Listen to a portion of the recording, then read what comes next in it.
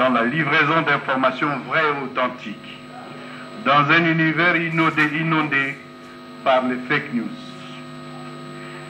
J'ai également une pensée particulière pour nos compatriotes électeurs qui, non seulement se sont mobilisés pour se faire inscrire sur les listes électorales, mais aussi demeurent mobilisés pour exercer leur droit de vote et pouvoir déterminer par ces derniers l'avenir de notre pays. Je ne peux non plus oublier les candidats qui non seulement se sont jetés à l'eau, mais ont également démontré par leur engagement dans la campagne électorale en cours leur attachement au bon couronnement de ces processus électoraux.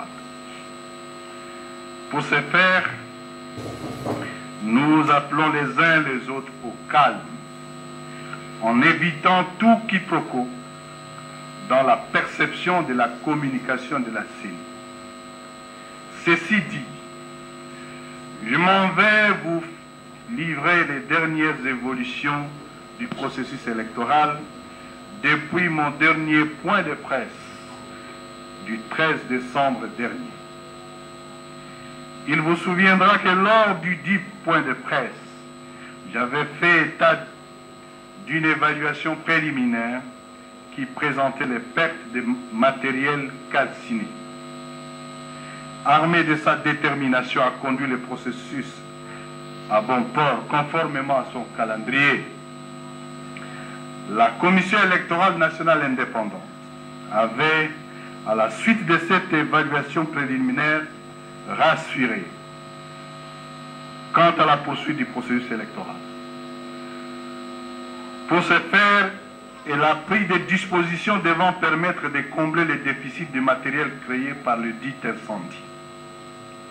Ainsi, en plus de 2676 machines qui ont échappé à l'incendie, les machines préalablement affectées au titre des stocks tampons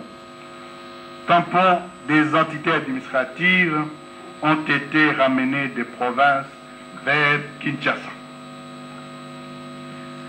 Problème tout de même, ces stocks tampons ne contenaient pas de bulletins de vote.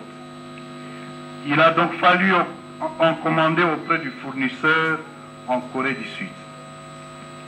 Ainsi, 5 millions de bulletins de vote ont été commandés, dont un premier lot de 1 million sont arrivés à Kinshasa le mercredi 19 décembre 2018, alors que le dernier lot ne peut arriver qu'au soir du samedi 22 décembre 2018.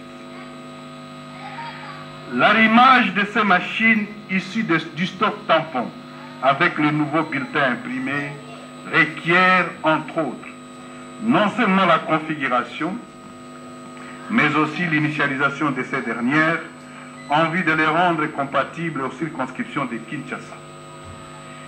Il faut pour cette opération un minimum de 60 heures, ce qui signifie qu'elles ne pourront être prêtes que le 25 décembre 2018. Devant cette impasse technique, il s'est présenté à la Commission électorale nationale indépendante deux hypothèses. Première hypothèse, organiser les élections dans le reste du territoire national le 23 décembre. Dans ce cas de figure, l'élection à Kinshasa se tiendrait 7 jours après, soit le 30 décembre 2018. Deuxième hypothèse, organiser les élections sur toute l'étendue du territoire national et reporter la date de scrutin prévue le 23 décembre au 30 décembre 2018. À cet effet, la CENI a entrepris des consultations auprès de toutes les parties prenantes, notamment les institutions de la République. Il faut dire que ce matin, une tripartite s'est tenue entre la CENI, le gouvernement et les CENSA. Les responsables des partis politiques, les responsables des confessions religieuses, les représentants de la communauté internationale et spécialement les candidats à l'élection présidentielle qui représentait à ce titre l'ensemble des candidats.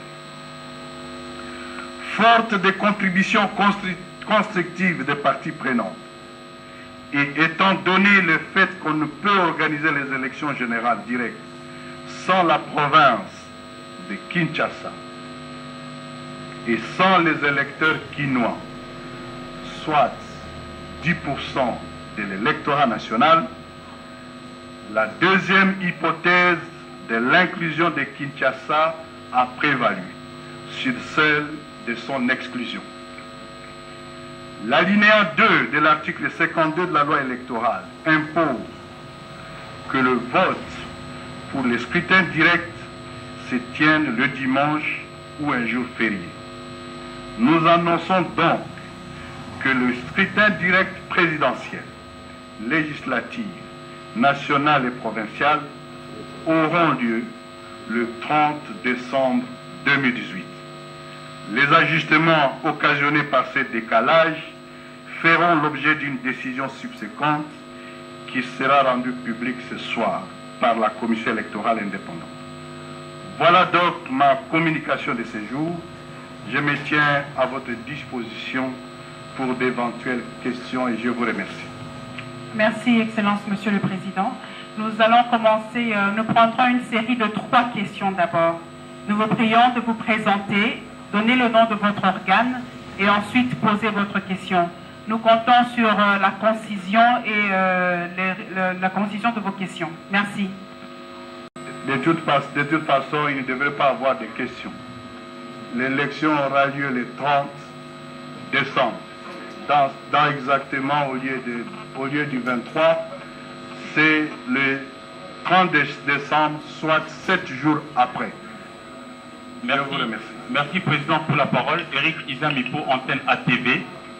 Président, que répondez-vous à ceux des Congolais qui pensent qu'il aurait fallu peut-être recourir à l'hôtel de monnaie qui est basé à Kinshasa et qui pourrait, selon cette opinion, produire des bulletins qui manquaient par rapport à Kinshasa, qui, nous savons tous, est doté quand même des infrastructures par rapport aux autres organes de la République.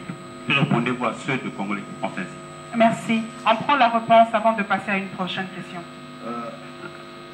Oui, il est un fait que l'hôtel des monnaies, la Banque centrale, a une capacité d'imprimer les bulletins, mais il y a quand même des considérations techniques à prendre en compte. Les bulletins de vote que nous allons utiliser avec les machines à voter sont des bulletins de vote configurés à cet effet, conçus à cet effet.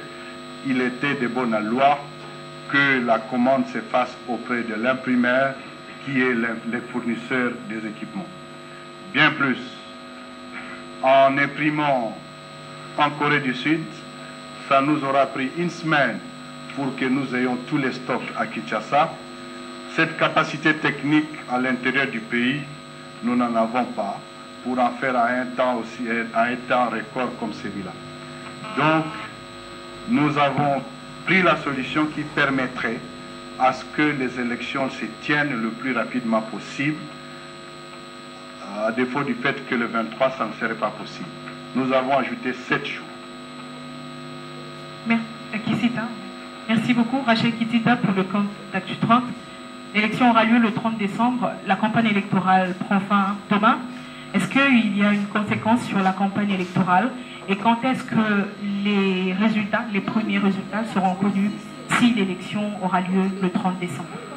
Nous, du moins, la campagne électorale ainsi que toutes les autres activités du calendrier vont se faire conformément au calendrier. Seule la date a bougé de 7 jours. La campagne se clôture donc le vendredi 21 décembre, comme prévu dans son calendrier. Quand est-ce que nous allons annoncer les résultats? Bonjour, ndeko nyonso balandi ya 3w.w.com.